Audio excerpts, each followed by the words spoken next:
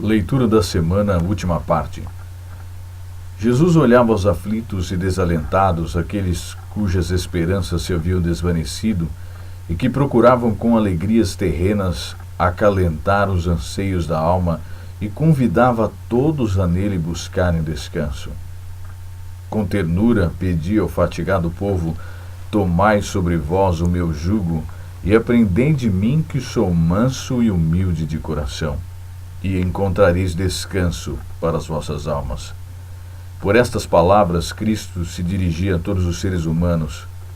Saibam-no eles ou não, todos se acham cansados e oprimidos. Todos estão vergados sob os fardos que unicamente Cristo pode remover. O mais pesado fardo que levamos é o do pecado. Se fôssemos deixados a suportar-lhe o peso, ele nos esmagaria. Mas aquele que era sem pecado tomou-nos o lugar. O Senhor fez cair sobre ele a iniquidade de nós todos. Ele carregou o fardo de nossa culpa. Ele tomará o peso de nossos cansados ombros. Ele nos dará descanso. O fardo de cuidado e aflição, ele o conduzirá também. Convida-nos a lançar sobre ele toda a nossa solicitude, pois nos traz sobre o coração. O irmão mais velho de nossa raça está ao pé do trono eterno. Atenta para toda a alma que volve o rosto para ele como Salvador. Conhece por experiência o que são as fraquezas da humanidade, quais são as nossas necessidades e onde está a força de nossas tentações. Pois como nós em tudo foi tentado, mas sem pecado. Está velando por ti, temente Filho de Deus. Estás tentado? Ele te livrará. Sentes-te fraco? Fortalecer-te-á. És ignorante? Esclarecer-te-á.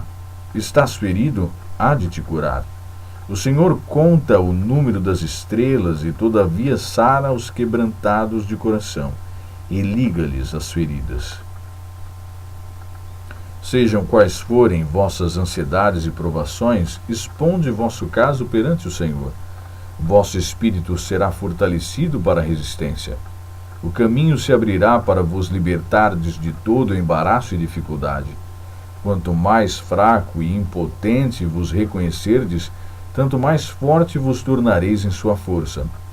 Quanto mais pesados vossos fardos, tanto mais abençoado o descanso em os lançar sobre vosso ajudador. Aquele que crê verdadeiramente em Cristo é feito participante da natureza divina e tem poder de que se pode lançar mão sobre qualquer tentação. Visto que o homem caído não podia vencer Satanás em sua própria força humana, veio Cristo das cortes reais do céu a fim de ajudá-lo com sua força humana e divina conjugadas. Cristo sabia que Adão no Éden, com suas vantagens superiores, poderia haver resistido às tentações de Satanás e tê-lo vencido. Sabia também que não era possível ao homem fora do Éden, separado da luz e do amor de Deus, desde a queda, resistir às tentações de Satanás em sua própria força. A fim de trazer esperança ao homem e salvá-lo de ruína completa, humilhou-se a tomar sobre si a natureza humana, para que com seu divino poder aliado ao humano, pudesse atingir o homem onde se achava. Ele obteve para os caídos filhos e filhas de Adão aquela resistência que lhes é impossível adquirir por si mesmos, para que em seu nome pudessem vencer as tentações de Satanás. Muitos dos que iam ter com Cristo em busca de auxílio haviam trazido sobre si a enfermidade, todavia ele não se recusava a curá-los. E quando a virtude que dele provinha penetrava nessas almas, elas experimentavam a convicção do pecado, e muitos eram curados de sua enfermidade espiritual, bem como da moléstia física. Sobre os ventos e as ondas, e sobre humanos, sobre os ventos e sobre homens possessos de demônios, mostrou Cristo que tinha absoluto poder. Aquele que fez emudecer a tempestade e acalmou o revoltoso mar, comunicou paz a espíritos enlouquecidos e subjugados por Satanás. Na sinagoga de Cafarnaum, estava Jesus falando sobre sua missão de libertar os escravos do pecado. Foi interrompido por um urro de terror. Um louco precipitou-se para a frente por entre o povo, gritando: "Ó, que temos nós contigo, Jesus Nazareno? Vieste a destruí-nos? Bem sei quem és, o Santo de Deus." Jesus repreendeu o demônio, dizendo: "Cala-te e sai dele." E o demônio, lançando-o por terra no meio do povo, saiu dele sem lhe fazer mal. A causa da aflição deste homem se achava também em sua própria vida. Fora fascinado pelos prazeres do pecado e pensara tornar a vida um grande carnaval. A intemperança e a frivolidade perverteram os nobres atributos de sua natureza e Satanás tomou inteira posse dele. Demasiado tarde veio o remorso. Quando ele teria sacrificado riqueza e prazer para reconquistar sua perdida varonilidade, tinha se tornado impotente nas garras do maligno. Em presença do Salvador, foi despertado para ansiar a liberdade, mas o demônio resistia ao poder de Cristo. Quando o homem tentava apelar para Jesus em busca de socorro, o mau espírito pôs-lhe nos lábios as palavras, e ele gritou em angústia de temor. O endemoniado compreendeu em parte achar-se em presença daquele que o podia pôr em liberdade, mas quando tentou colocar-se ao alcance daquela poderosa mão, outra vontade o segurou. As palavras de outro foram por ele proferidas. Terrível foi o combate entre o poder de Satanás e seu próprio desejo de libertação. Parecia que o torturado homem devesse perder a vida na luta com o inimigo que fora a ruína de sua varonilidade. Mas o Salvador falou com autoridade e pôs livre o cativo. O homem que havia estado possesso achava-se perante o povo maravilhado na liberdade da posse de si mesmo. Com voz de júbilo deu louvores a Deus pelo livramento. Os olhos, que ainda há pouco fulguravam com o brilho da loucura, cintilavam agora de inteligência e nadavam em lágrimas de reconhecimento. O povo emudecera de pasmo. Assim que recuperaram a palavra, exclamavam uns para os outros: "Que é isto? Que nova doutrina é esta? Pois com autoridade ordena aos espíritos imundos e eles lhe obedecem." Multidões existem hoje tão verdadeiramente sob o poder dos maus espíritos como estava o endemoniado de Cafarnaum. Todos aqueles que voluntariamente se apartam dos mandamentos de Deus estão se colocando sob o domínio de Satanás. Muito homem brinca com o mal, julgando que o pode deixar quando lhe aprouver, mas é engodado mais e mais até que se encontra dominado por uma vontade mais forte que a sua própria. Não lhe pode escapar ao misterioso poder. Pecado secreto ou paixão dominante o pode reter cativo, tão impotente como se achava o endemoniado de Cafarnaum. Todavia sua condição não é desesperadora. Deus não domina nossa mente sem nosso consentimento, mas todo homem é livre para escolher o poder que deseja domine sobre ele. Ninguém caiu tão baixo, ninguém há tão vil, que não possa encontrar libertação em Cristo. O endemoniado, em lugar de oração, não podia proferir senão as palavras de Satanás. Todavia, o não emitido apelo do coração foi ouvido. Nenhum grito de uma alma em necessidade, se bem que deixe de ser enunciado em palavras, será desatendido. Os que concordam em entrar em concerto com Deus não são deixados entregues ao poder de Satanás ou à enfermidade de sua própria natureza. Tirar-se-ia a presa do valente? Ou os presos justamente escapariam? Assim diz o Senhor: por certo que os presos se tirarão ao valente, e a presa do tirano escapará. Porque eu contenderei com os que contendem contigo, e os teus filhos eu remirei. Maravilhosa será a transformação operada naquele que, pela fé, abre a porta do coração ao Salvador. Jesus conhece as circunstâncias de toda a alma.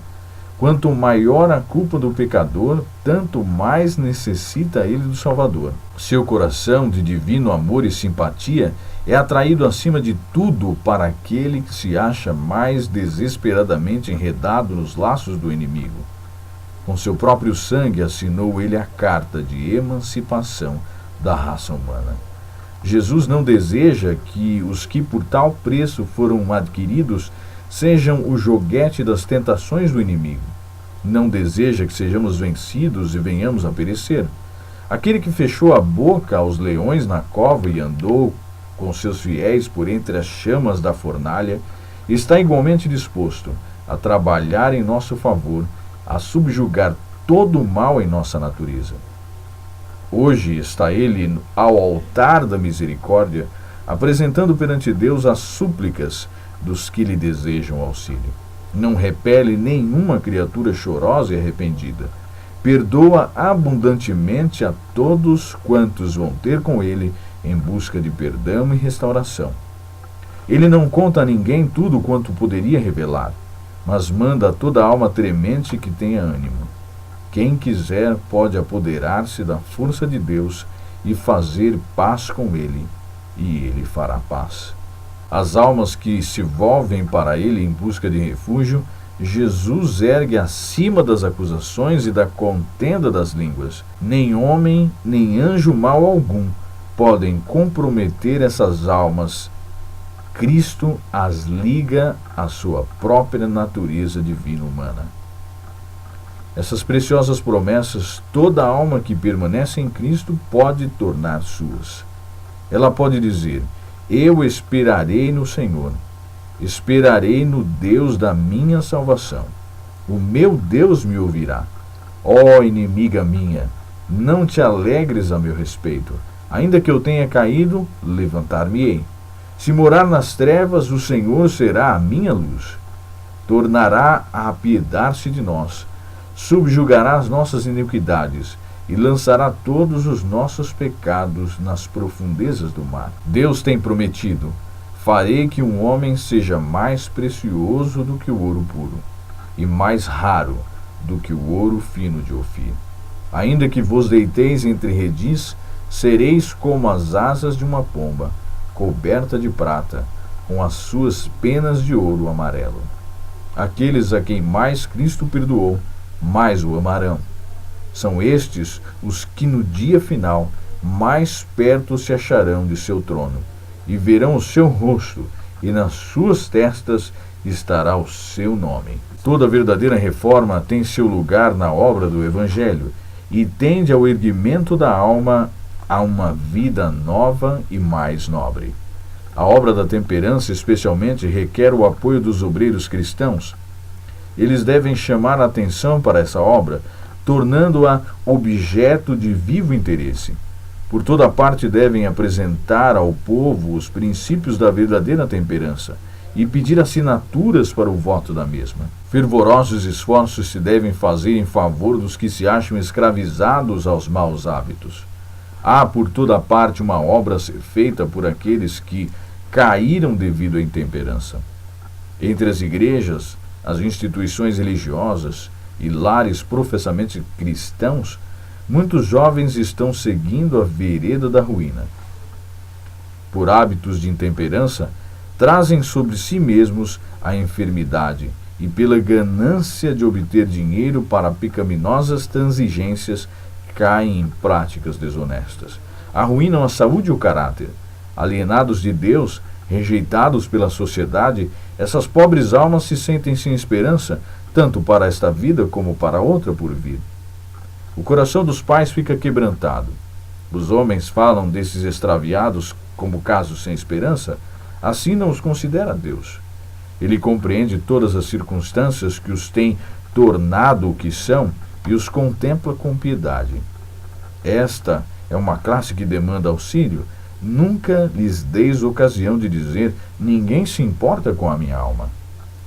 Acham-se entre as vítimas da intemperança homens de todas as classes e profissões, homens de elevada posição, de notáveis talentos, de grandes consecuções, têm cedido aos apetites a ponto de se tornar incapazes de resistir à tentação. Alguns que eram dantes possuidores de fortuna encontram-se sem lar, sem amigos, em sofrimento e miséria, enfermidade e degradação. Perderam o domínio de si mesmos. A menos que uma mão ajudadora lhes seja estendida, hão de cair mais e mais baixo. Aliada a essa condescendência consigo mesmo se acha não somente um pecado moral, mas uma doença física. Muitas vezes, ao ajudar os intemperantes, devemos, como Cristo fazia tão frequentemente, atender primeiro às suas condições físicas. Necessitam alimento e bebidas saudáveis, não estimulantes, roupas limpas, oportunidade de manter o asseio físico. Necessitam ser rodeados de uma atmosfera de salutar e enobrecedora influência cristã. Deve-se prover em toda a cidade um lugar em que os escravos dos maus hábitos possam receber auxílio para quebrar as cadeias que os prendem.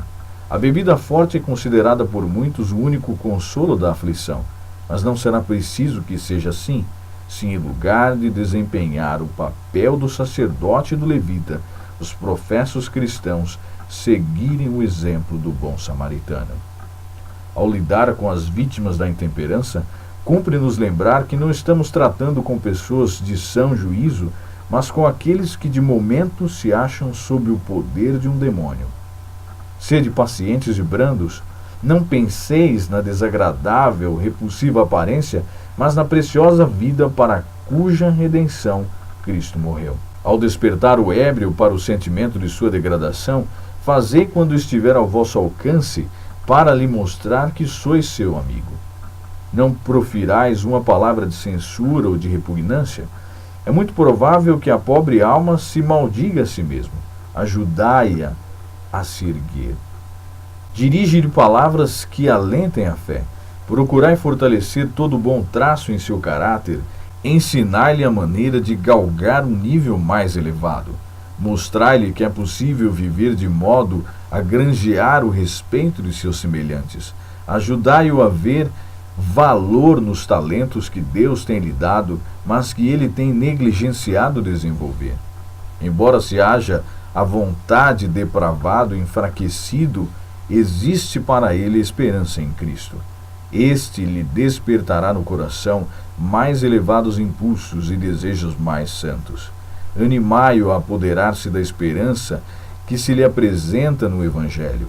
Abri a Bíblia ao tentado e lutador, lendo-lhe repetidamente as promessas de Deus.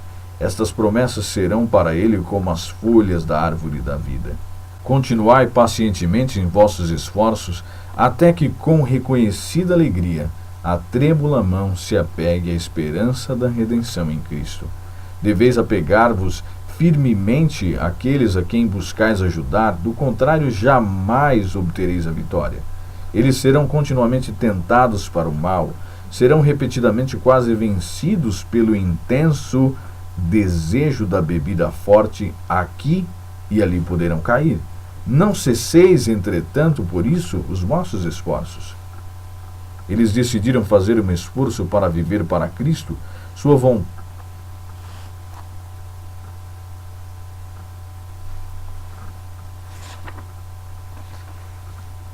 Eles decidiram fazer um esforço para viver para Cristo, sua força de vontade, porém, acha-se enfraquecida e devem ser cuidadosamente guardados pelos que velam pelas almas como quem por elas tem de dar contas.